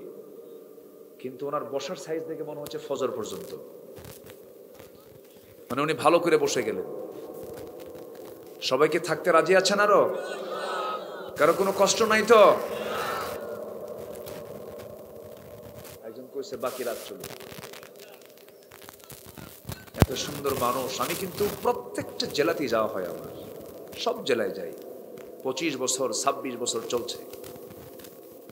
কিন্তু আমি মৌলভীবাজার জেলার ওর বহু জায়গায় কি বলে গেছি আমি, কিন্তু কমলগঞ্জের শ্রোতাগুলোর আমি যে ভদ্রতা, যে শিষ্টতা, যে নম্রতা, কোমল তো এলাকার নাম কি? কোমল, খুবই কোমল। আপনারা বলি আলহামদুলিল্লাহ, কোনো নড়াচড়া নাই। কিন্তু দেখেন না, এরকম ভদ্র শ্রোতা পাওয়া কিন্তু খুব কঠিন।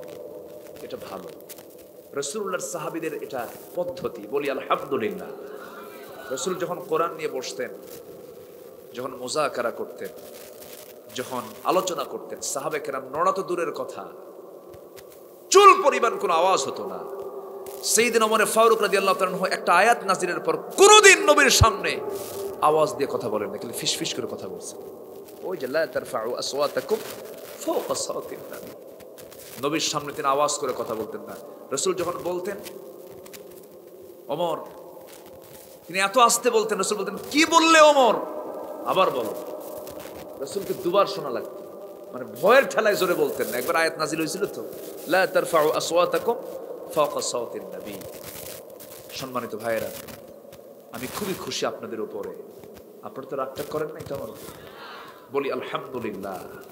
একটা কাজ শিখে যাব, সব রোগ সেরে যাবে। সেটা হলো এই জমিন আমরা দিন কায়েম করব কার? আসতে বলবেন না কার? কোনো কথা মানি না। এই কথার বিরুদ্ধে যেই কথা বলুক না কেন, সেই কথা আমরা মানতে যাব। নামাজের হুকুম আসছে 80 বারেরও বেশি বার, যাকাতের হুকুম আসছে 27 বার, আর দিন কায়েমের সংগ্রাম করার জন্য জিহাদের কথা আসছে 300 বারেরও বেশি বার। মুনাফিক নামাজ পড়ে, মুনাফিক রোজা রাখতে পারে, মুনাফিক দান সদকা করতে পারে, কিন্তু মুনাফিকরা কখনো দিন কায়েমের সংগ্রামে অংশগ্রহণ করতে পারে না। কথা ক্লিয়ার?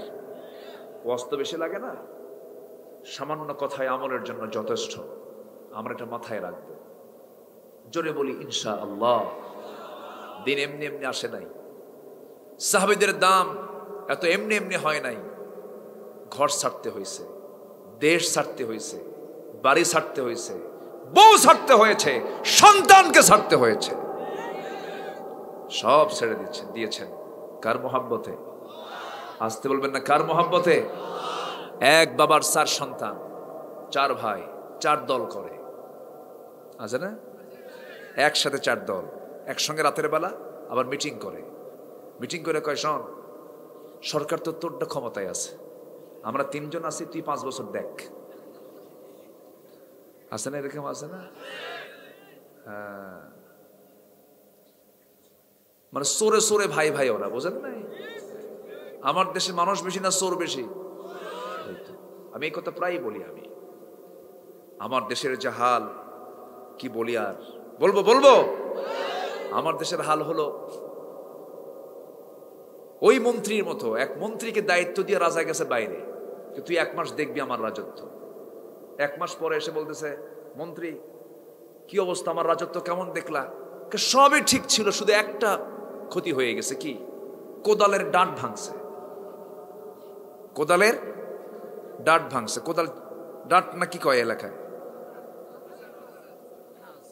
কোদাল যে এরকম ওটার উপরে যেটা ধরে ওটা কি বলে? আসার। আসার, আচ্ছা ঠিক আছে, কোদালের আসার ভাঙছে। আচ্ছা যাক, শিখলাম একটা ভাষা। তো এখন রাজা বলতেছে, মন্ত্রী কোদালের আসারটা ভাঙলো কেন, ডাঁটটা ভাঙলো কেমনে, কি হবে, কি হয়েছিল? কে মাটি খুঁড়তে নিয়ে। কে মাটি খুঁড়লা কেন? কে আপনার প্রিয় গাধাটা মারা গেছে তো, ওকে দাফন করতে নিয়ে। কে গাধা মরলো কেন? বলতেছে আম গাছের ডাল ভাঙছিল। কাম গাছের ডাল ভেঙে পড়লো কেমনে? কে আপনার মায়ের একটা বড় শখ ছিল, তার মৃত্যুর পরে যেন তাকে আগুনের ডাল দিয়ে যেন পোড়ানো হয়। মানে আমার মা মারা গেছে? হ্যাঁ। আমার মা মরলো, আমার গাধা মরলো, তুমি কও কোদালের আসার ভাঙছে? এটা কি? কিছুই হয় না, শুধু ডাঁট ভাঙছে। তো আমার মা মারা গেল কেমনে? কে তার নাতির মারা যাওয়ার কারণে। কে তার নাতি মানে আমার ছেলে মারা গেছে? হ্যাঁ। আমার ছেলে মারা গেল কেমনে? কয় যে তার মা মারা যাওয়ার কারণে। কে তার মা মারা যাওয়ার কারণে আমার বউ মারা গেছে? হ্যাঁ, আপনার বউটা মারা গেছে। তাহলে তুমি কি কও? আমি তোমার প্রশ্ন করলাম আমার রাজত্বের কি কি ক্ষতি হলো, তুমি বললা শুধু কোদালের আসার ভাঙছে, ডাঁট ভাঙছে। আমার তো বউ নাই, ছেলেও নাই, মাও নাই। আমার বউটা মারা গেল কেমনে? কেন? রাজ্যের সব রাজকোষ চুরি হয়ে গেছে।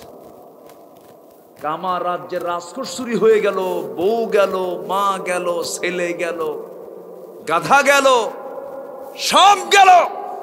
তুমি বলো কিছু হয় নাই, কোদালের আসার ডাঁট গেছে। আমার দেশের হালত হয়ে গেছে। আসতে কবেন না, ঠিক কিনা? কত কষ্ট করে প্রবাসীরা পাখির মতো ঝুলে ঝুলে রডের কাজগুলো করে করে বাপমার চেহারা না দেখে দেশে কষ্ট করে রেমিটেন্স পাঠায়, আর সবগুলো তারা আবার পাচার করে। থামুক্কা, থামেন একটু, আমারে বলতে দেন। কষ্ট পাচ্ছেন আপনারা? কষ্ট পাচ্ছেন? এই জন্য সবচেয়ে বড় প্রয়োজন হলো সৎ নেতৃত্বের। কিসের দরকার আগে বলেন তো? সৎ নেতৃত্বের। মাছ মারলেন জন্মের মতো। এদিকে কি নদী আছে? ধোলাই নদী। ধোলাই, তো ধোলাই নদী বর্ষাকালে নদী ভরা মাছ। মাছ মারলেন ঠিক, কিন্তু মাছ মারার পর জাল থেকে যে পাত্রে তুললেন সে পাত্রের তলাই মাছ কি থাকবে? তা আমার দেশের অবস্থা হয়ে গেছে এখন তলাবিহীন ঝুড়ি। যা রাখে আউট, যা রাখে কি। এদেশের স্বাধীনতার স্থপতি বঙ্গবন্ধু শেখ মুজিবুর রহমান, তিনি ধানমন্ডির 32 নম্বর বাসায় একটা ইতিহাস পড়লাম, সেদিন পড়েছি। তো ওনাকে খুশি করার জন্য গাজীপুর থেকে এক সবজি চাষি গেছে, ব্যাগ ভর্তি সবজি নিয়ে। রাজা কি বলতেছেন, নেতা আমি আপনাকে খুব ভালোবাসি, আমি আপনার জন্য আমার নিজের আবাদের শস্য সবজি নিয়ে আসছি, খুব খুশি নেতা। আচ্ছা ঠিক আছে, তুমি আসছো, খাও, বসো, সেবা টেবা করছে। যাওয়ার সময় পকেট থেকে কিছু টাকা তার হাতে দিচ্ছে। খেপে গিয়ে বলতেছে, আমার কি টাকার অভাব নিয়ে আমি আসছি এখানে? আমি আপনাকে খুশি করে আমার আবাদের শস্য, আমার আবাদের সবজি আপনাকে দিতে আসছি, আমি নেবো না টাকা। আচ্ছা, বের হয়ে চলে যাচ্ছে। কেয়ারটেকারকে ডাক দিয়ে বলতেছে, এই কেয়ারটেকারের দিকে আয়, এই যে 20 টাকা দিলাম, জোর করে তার পকেটে দিয়ে দিবি, তাছাড়া আমি আরাম পাচ্ছি না। আচ্ছা ঠিক আছে। তো কেয়ারটেকার যায় সবজি চাষিকে পিছন থেকে ডাক দিয়ে বলে, এইদিকে আসো, নেতা তোমার টাকা দিতে চাই, টাকা নাও না, ধরো এই 10 টাকা। কি কথা কি বুঝতেছেন? দিছে কত? মোট দিছে কত? বাজেট কত দিছে? কত? 10। আর 10 টাকা কি হয়েছে? জিব্রাইল নিয়ে গেছে।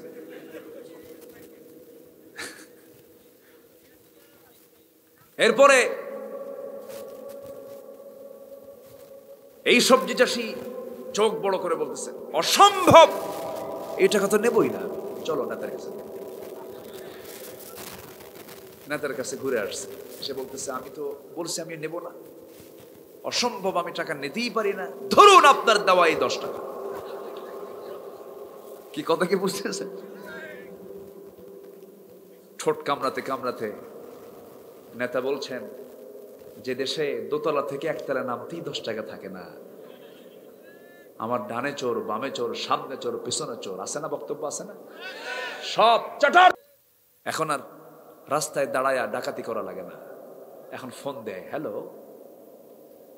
পাঠায় দে, নচেত খাইয়া ফেলাম। কি ঠিক আছে না? এখন আধুনিক কায়দায় সবকিছু হয়ে গেছে, এখন আর লুকোচুরি করা লাগে না। হ্যাঁ, স্মার্ট।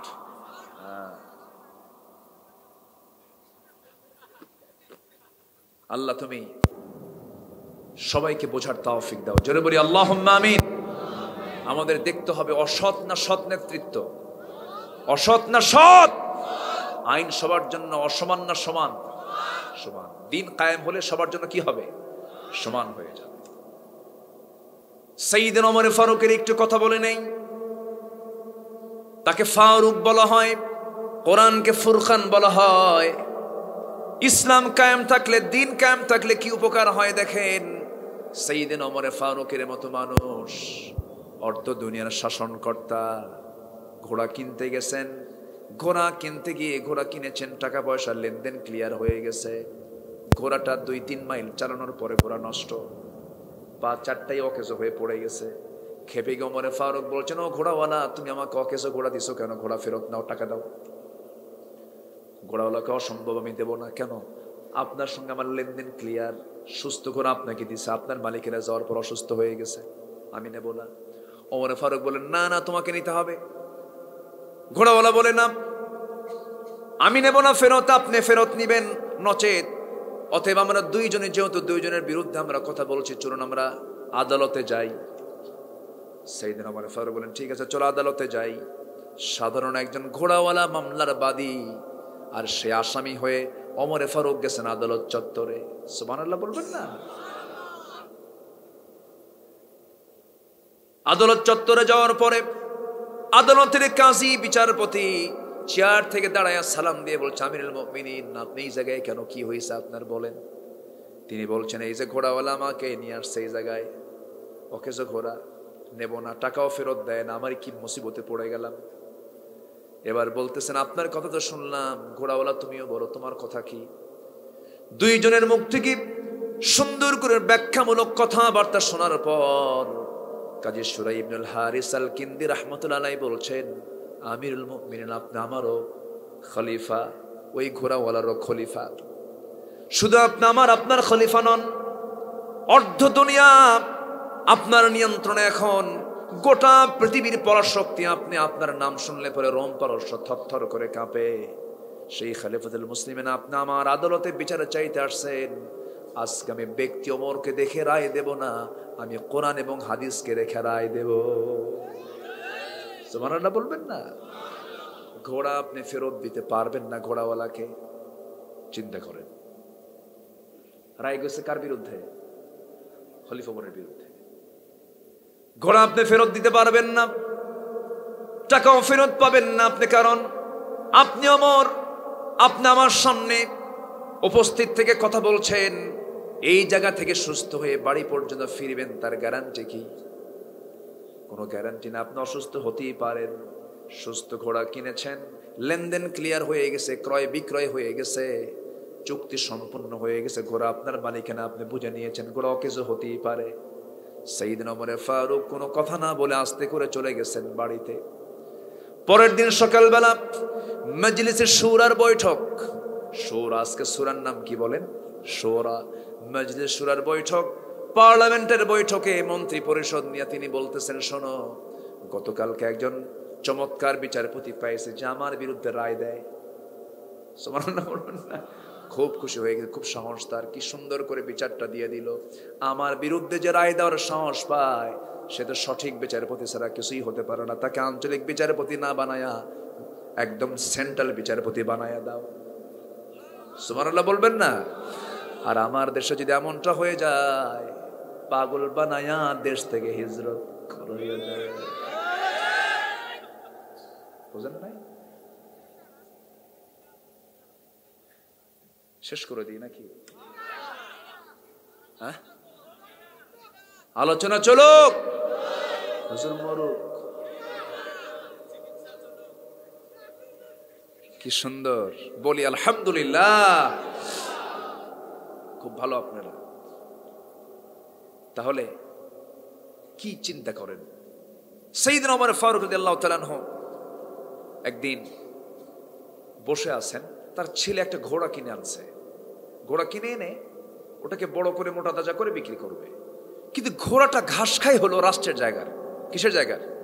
রাষ্ট্রের জায়গা। উনি এটা মার্ক করলেন, রাষ্ট্রের জায়গার ঘাস আর ছেলের ঘোড়া বড় হয়ে গেছে। বিক্রি করে একদিন বাড়িতে আসতেছে, দরজা আটকাইছে, এই দাঁড়া, ঘোড়া কই? বিক্রি করে আসছি। কিনছিস কত দিয়া? এত। বিক্রি করলি কত? এত। ঘাস খাইছে কার? এই জায়গার। এই জায়গা তোর বাবার না, কার? রাষ্ট্রের জায়গা।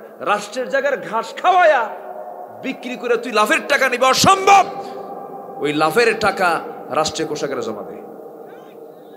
সুবহানাল্লাহ বলবেন না? এটাই হলো দিন কায়েমের ফলাফল। দিন কায়েমের ফলাফল। সাইয়েদনা ওমর ফারুক রাদিয়াল্লাহু তাআলা আনহু রাষ্ট্রের কিছু মধু পেয়েছেন, এক বোতল মধু নিয়ে বাড়িতে ফিরলেন। 4 জন প্রতিবেশী, উনি একজন, 5 জন, সমান ভাগে ভাগ করতে হবে। ও বউকে ডাক দিয়ে বলছেন, বউ আমার মধুটা ভাগ করো, সমান ভাগে ভাগ করে আমাদের একটা অংশ নেই, বাকি 4টা অংশ প্রতিবেশীকে দিয়ে দাও। বোতল হাতের মধ্যে দেওয়ার সঙ্গে সঙ্গে আবার টান মেরে বলছে, বউ আমি তোমাকে ভাগ করতে দেব না। বলেন তো গন্ডগোল আছে না নাই? কোনো মাইন্ড হবে না এখানে? এখানে কি মাইন্ডের ব্রেক হবে না একটু? আমার স্বামী আমার বিশ্বাস করলো না। আর মেয়েদের সন্দেহ লাগলে বলেন এটা ঠিক হতে সময় কম লাগে না বেশি লাগে? এই বেশি যে জোরে কইলে বিয়ে করছো, যে কইছে বেশি জোরে কইছে সে কিন্তু বিয়ে করে নাই। কিন্তু আসতে কোন পাশে কিন্তু বসে আছে, কিন্তু হেড অফিস। মেয়েদের একটু অভিমান বেশি। মেয়েদেরকে আল্লাহ তাআলা সোজা হাড়ে বানাইছেন না বাঁকা হাড়ে বানাইছেন? কথা কম কয় না বেশি কয়? আমরা বলি 2000 শব্দ দিনে, ওরা বলে 5000 শব্দ। প্রচুর এনার্জি। বেগুন কিনতে ভুল হয়েছে, বর্ষাকালে বেগুন কিনছেন, বেগুনের ভিতরে পচা পোকা ঢুকছে, দেখেন নাই, দেখে হয়তো কেনার সুযোগ হয়নি, বটি দিয়ে শুধু কুটতে নিছে, যদি দেখে বেগুন পচা, ওই সময় থেকে 3 ঘন্টা বেগুনের তফসির হবে। কয় ঘন্টা? 3 ঘন্টা। খালি বলবে শেষ করে দিল, সংসার শেষ করে দিল। বোঝেন নাই? এটা আল্লাহ তাআলা মেয়েদেরকে এই তবিয়ত দিচ্ছেন, ঠিক আছে না? এরকম করে। কিন্তু এরপরেও তাদের কথা বেশি বলার কারণ আছে। বাচ্চা দেখে কে? বাচ্চাকে বাপ দেখে না মা দেখে? কোলে নিয়ে রাখে কে বেশি? মা। বাচ্চার যে বেকায়দা, বাচ্চার যে কান্নার, বাচ্চার যে বাঁকামি, বাচ্চার যে কথাবার্তা, বাচ্চা কি এক কথায় ঠিক হয় না বেশি কথা বলা লাগে? বাবা থাম, বাবা একটু থামো, শোনা, আত্মা থামো, মায় না থামো, বারবার বলতে হয় না? আচ্ছা, এই দায়িত্ব যদি মেয়েকে না দিয়ে যদি বাপকে দেওয়া হয়, বলেন আব্বা থামো তো, আব্বা একটু থামো, থাম, ঠিক আছে না? তাহলে এখন বলেন, পুরুষ মানুষ তো কথা কম কয়, মেয়ে মানুষ কথা, তাদের এনার্জি আছে, বারবার বলবে বাবা থামো, বাবা থামো, বাবা থামো। কোনো আপত্তি নেই, কোনো রাগ নাই, কিচ্ছু নাই। পেশাব করবে, পায়খানা করবে, কোনো আপত্তি নাই। রাত 3টার দিকে কাঁদতেছে, মা প্রস্তুত আছে, কথাও বলে, সেবাও করে। কিন্তু আপনাকে যদি এই দায়িত্ব দেওয়া হয়, 3 বার বলবেন সর্বোচ্চ, এরপরে একেবারে কাছারে শীত হয়ে পড়ে যাবে, ঠিক আছে? আল্লাহ তাআলা সবকিছু বুঝে শুনেই দেন। মেয়েদের কথা বলার দরকার আছে না নাই? আচ্ছা, আল্লাহ কত হিকমত রেখেছেন। এক বেচারি বটবৃক্ষের নিচে শুয়ে আছে, আর কয় আল্লাহ তোমার একটা কাম হলো, এত বড় একটা গাছ আর ফল দিছে এইটুকু, কেমন হলো এটা? শুয়ে আছে তো, হঠাৎ করে ওই বট গাছ থেকে একটা ছোট্ট ফল না, এসে নাকের ডগায় পড়ছে। এত জোরে লাগছে, নাকের ডগায় তো জোরেই লাগে। পরক্ষণে চিন্তা করে আল্লাহ যদি এটা ডাব হতো। কথা বোঝেন নাই? আল্লাহ যেখানে যেটা দরকার তাই দিয়ে দিয়েছেন। যেরকম সুবহানাল্লাহ, যাকে যা দেওয়া দরকার তাকেই তা দিয়েছেন। তিমি মাছ চিনেন? তিমি মাছ নাম শুনছেন, এখন তো জিওগ্রাফিক চ্যানেলে দেখাও যায়। তিমি, তার হাড়ের ওজন হলো 600 কেজি। হাড়ের ওজন কয় কেজি? 600 কেজি শুধু হাড়ের ওজন, মানে ছোট মোটো একটা গাড়ি, ও মিনিটে তার হার্টবিট হয় হলো 8 থেকে 10 বার প্রতি মিনিটে। আর এই হার্টবিটের আওয়াজ যায় 3 কিলোমিটার দূরে। আমাদের হার্টবিট হয় না, নড়ে না, এটার আওয়াজ আমরা শুনি, কান দিলে শোনা যায়। কিন্তু নীল তিমির হার্টবিট এত জোরে আওয়াজ হয় যে 3 কিলোমিটার দূর থেকে তার আওয়াজ শোনা যায়। কে চালান? আসতে বলবেন না, কে চালান? আল্লাহ চালান। সে আল্লাহ বলছেন, বান্দা সকল সৃষ্টির উপরে তোকে আমি শ্রেষ্ঠত্ব দিয়েছি, তুই নামাজটা পড়, দিন কায়েমের সংগ্রাম কর। দিন কায়েমের সংগ্রাম থেকে আমরা এক চুল পরিমাণ নড়বো না। জোরে বলি ইনশাআল্লাহ। 5 ওয়াক্ত নামাজ পড়বেন কারা কারা, একটু হাত তুলে দেখান। জোরে বলি ইয়া আল্লাহ, আমাদেরকে 5 ওয়াক্ত সালাত আদায় করার তৌফিক তুমি আল্লাহ দিয়া দাও। জোরে বলি আমিন, আরো জোরে আমিন।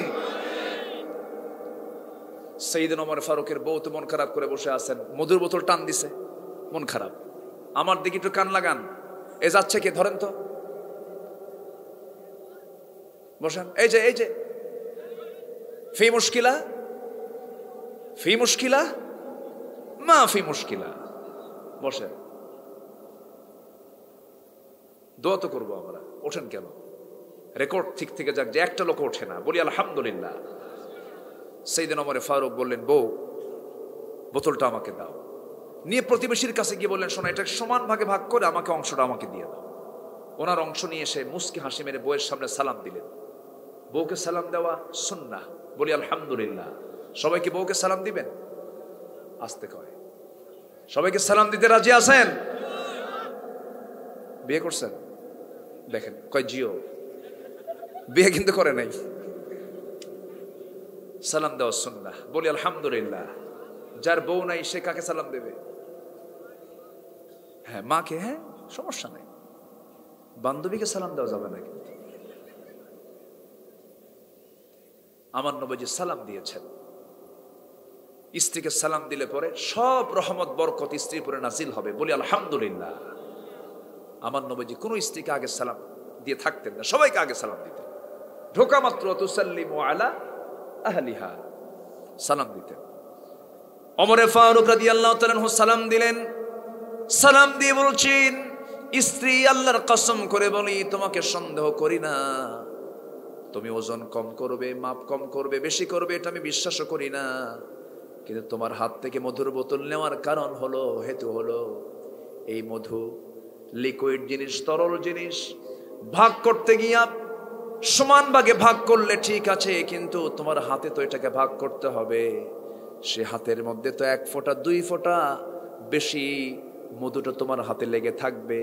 এই 1 ফোঁটা 2 ফোঁটা মধু আমাদের অংশে বেশি আসুক, এটা চাই নাই মনে করে মধুবাগের দায়িত্ব আমি অন্যজনকে দিয়ে দিয়েছি।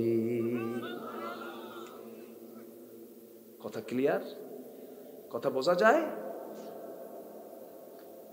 আমার বন্ধুগণ, ছোট্ট ছেলে, শিশু বাচ্চা সাইয়েদনা ওমর ফারুকের সামনে এসে রাষ্ট্রের খেজুরের কার্টুন থেকে একটা খেজুর তুলে নিয়ে মুখের মধ্যে তুলেছে। সাইয়েদনা ওমর ফারুক রাদিয়াল্লাহু আনহু সঙ্গে সঙ্গে মুখের মধ্যে নখ ঢুকায় দিয়েছেন। নখ ঢুকায় দিয়ে খেজুরটা বের করে বলছে, সন্তান তোমার মায়ের কাছে যাও, আব্বা তোমার মায়ের কাছে যাও। সন্তানটা কাঁদতে কাঁদতে চলে গেছে মার কাছে। মা শুনছে কথা, পরে বলতেছে, স্বামী আমার, আমরা কি খেজুর ভাগে পাবো না? আমরা তো খেজুর ভাগে পাবো। একটা খেজুর মুখে নিয়েছে, শিশু বাচ্চা বোঝে নাই। একটা খেজুর না হয় আমরা ভাগে পাওয়ার পরে কম নিতাম, তবু আপনি বাচ্চাটাকে কান্না করালেন কেন, কাদায় দিলেন কেন? সাইয়েদনা ওমর ফারুক বলছেন, ও আমার স্ত্রী, ভাগে তো পাবো, কিন্তু যে খেজুরটা সে মুখে নিয়েছে সেটাই ভাগে পাবো, তার গ্যারান্টি কি? সেই খেজুর কি ভাগে পাবো তার গ্যারান্টি আছে নাকি? অতএব ভাগের আগে কোনো ভাগ বাটোয়ারা চলবে। এরকম শীতকাল, সাইয়েদনা আলী রাদিয়াল্লাহু তাআলা আনহু শীতের ভিতরে থরথর করে কাঁপতেছেন। হাজার হাজার কম্বল, রাষ্ট্রের স্তূপ করা কম্বলগুলো ওখানে সাজানো আছে। বলা হলো, আলী, আপনি হলেন খলিফাতুল মুসলিমিন, এতগুলো কম্বল থাকার পর শীতের মধ্যে আপনি কাঁপতেছেন, আপনি কেন কম্বল একটা গায়ে নিয়ে থাকেন না? তিনি বলছেন, শোনো, কম্বলটা রাষ্ট্রের, আমি একটা ভাগে অংশ পাবো, এটাও ঠিক আছে, কিন্তু যে কম্বলটা আমি এখন গায়ে দেব, ওই কম্বলটা আমার ভাগে পাবো, তার কি কোনো গ্যারান্টি আছে নাকি? না, অংশ বন্টনের আগে কখনো আমার গায়ে তোমরা কম্বল তুলে দিতে পারবা না। যেরকম সুবহানাল্লাহ। দুনিয়ার চিন্তা না আখিরাতের চিন্তা। দুনিয়াকে সামনে রেখে চলেছেন না আখিরাতকে সামনে রেখে চলেছেন। আমরা আখিরাতকে সামনে রেখে চলবো, সুন্দর করে দিনটা মানব, ব্যক্তিগত জীবনে, সামাজিক জীবনে, পারিবারিক জীবনে মানব। রাষ্ট্রীয় জীবনের দিন কায়েমের জন্য সংগ্রাম করার দরকার আছে না নাই? আল্লাহ সবাইকে কাজ করার তৌফিক দান করুন। জোরে বলি আমিন, আরো জোরে আমিন। সবার বাড়িতে মা বোন আছে না নাই? দিন মানার দরকার আছে না নাই? বইয়ের পর্দা নাই, জবাব দিতে হবে আপনার। বোনের পর্দা নেই, জবাব দিতে হবে আপনার। মায়ের পর্দা নেই, জবাব দিতে হবে আপনার। মেয়ের সন্তানের পর্দা নেই, জবাব দিতে হবে আপনার। এই জন্য প্রত্যেক বাড়ির মা বোন মেয়ে যারা আছে তাদেরকে দিন বোঝাতে হবে, ইসলাম বোঝাতে হবে। মেয়েদের সকল কিছু ঠিক আছে, শুধু একটা যদি ঠিক থেকে যায়, জান্নাত তার জন্য ঠিক থেকে যাবে। দুনিয়াতে কোনো নারী যদি পর্দাটা 100% অবলম্বন করে, আল্লাহ তাআলা জাহান্নামকে মাইনাস করে আল্লাহ রাব্বুল আলামিন তাকে জান্নাত দিয়ে দিবেন। যেরকম সুবহানাল্লাহ। আল্লাহ তুমি